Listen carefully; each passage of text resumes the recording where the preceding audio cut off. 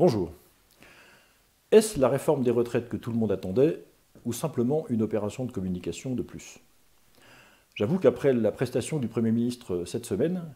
quand il a présenté la réforme des retraites qu'il soumettra d'abord aux partenaires sociaux puis au Parlement,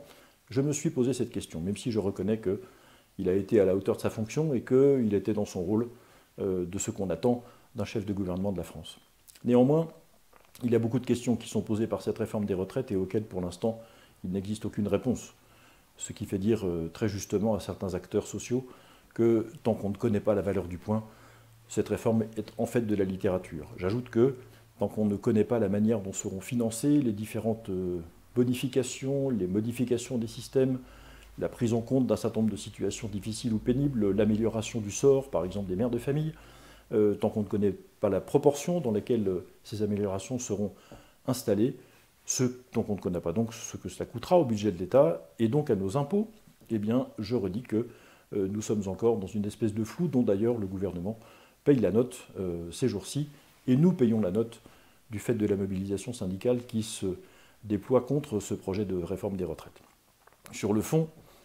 il manque beaucoup de choses encore dans cette réforme, mais il manque surtout les politiques publiques qui devraient accompagner l'équilibre d'un système de prévention tel que le nôtre. Et curieusement, le gouvernement se focalise sur le cœur même du système de retraite, alors que deux facteurs immédiats confortent en principe l'équilibre d'un système de prévention, c'est-à-dire, premièrement, la question de la démographie et deuxièmement, la question de l'emploi. Évidemment, comme disait Churchill, il n'y a pas de meilleur investissement que de mettre du lait dans le biberon des enfants, puisque c'est par la natalité qu'on finance assez largement notre système de retraite. C'est donc un effort particulier sur les politiques familiales qui doit être fait, sur les régimes de quotient, sur la question des allocations familiales et leur universalité, sur leur revalorisation. Et l'aide aux mères de famille sous ce rapport est bienvenue. Il faudrait qu'elle soit complétée par une politique familiale qui soit à la hauteur des circonstances. Et deuxièmement, il y a la question de l'emploi, puisqu'évidemment, moins il y a de chômeurs et mieux les systèmes de retraite se portent. Et effectivement, on ne voit pas très bien comment,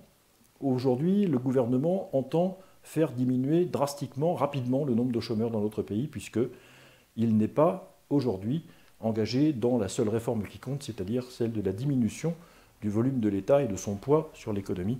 et de son poids sur la réglementation qui encadre nos activités sociales et économiques. Bref, il y a donc des trous dans le système de retraite, il y a des trous autour, et il ne faut pas s'étonner dans ce contexte que les syndicats soient encore mécontents, même si par ailleurs, ils sont dans une passe un peu difficile. Ils sont dans une passe difficile parce que le gouvernement joue l'opinion contre les syndicats. Ça fonctionne d'ailleurs plutôt bien si j'en juge aux réactions qui ont suivi le discours d'Édouard Philippe cette semaine. Mais on ne peut pas jouer durablement contre les syndicats puisque je sais bien que la philosophie personnelle d'Emmanuel Macron et de son gouvernement consiste à tenir pour rien les partenaires sociaux et les corps intermédiaires, mais enfin, il y a un moment où, faute de courroie de transmission, les politiques ne s'appliquent pas, ne sont pas comprises et ne sont pas aménagées comme il faut.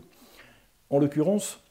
la mobilisation des syndicats, d'une partie d'entre eux en tout cas, et d'une petite partie parfois même des salariés ou des agents syndiqués, produit des blocages et des tensions qui prennent partout en France, mais en particulier en Île-de-France, des proportions rarement vues.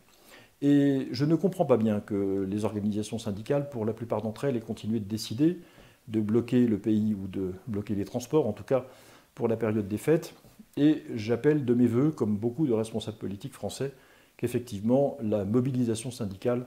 cesse pendant la période des fêtes afin que les Français puissent trouver un peu de réconfort auprès de leurs familles quand ils ont besoin de se déplacer. J'ajoute que ça ferait du bien aussi aux commerçants auxquels je pense aujourd'hui et qui font, dans cette période de l'année, une part importante de leur chiffre d'affaires et de leurs bénéfices. C'est donc un appel à la responsabilité d'une certaine manière qu'il faudrait lancer aux organisations syndicales en leur rappelant que, selon l'adage bien connu, s'il faut savoir arrêter une grève, j'ajoute à titre personnel qu'il faut sans doute également savoir la suspendre et qu'ils auront tout loisir, si bien leur fait, de reprendre leur mobilisation une fois passée la période des fêtes dont nous avons tous besoin. En tout cas, le gouvernement est attendu maintenant sur des précisions, sur les modalités de financement, sur la pénibilité, comme je l'ai dit, sur la politique familiale, sur l'emploi, sur la valeur des points, sur la manière dont tout cela sera articulé. Mais il paye en ce moment ce qui est sa marque de fabrique depuis son origine, c'est-à-dire de la communication plutôt que du réel. C'est très dommage et nous en pâtissons tous. Je vous souhaite de bonnes fêtes et vous dis à vendredi de l'année prochaine.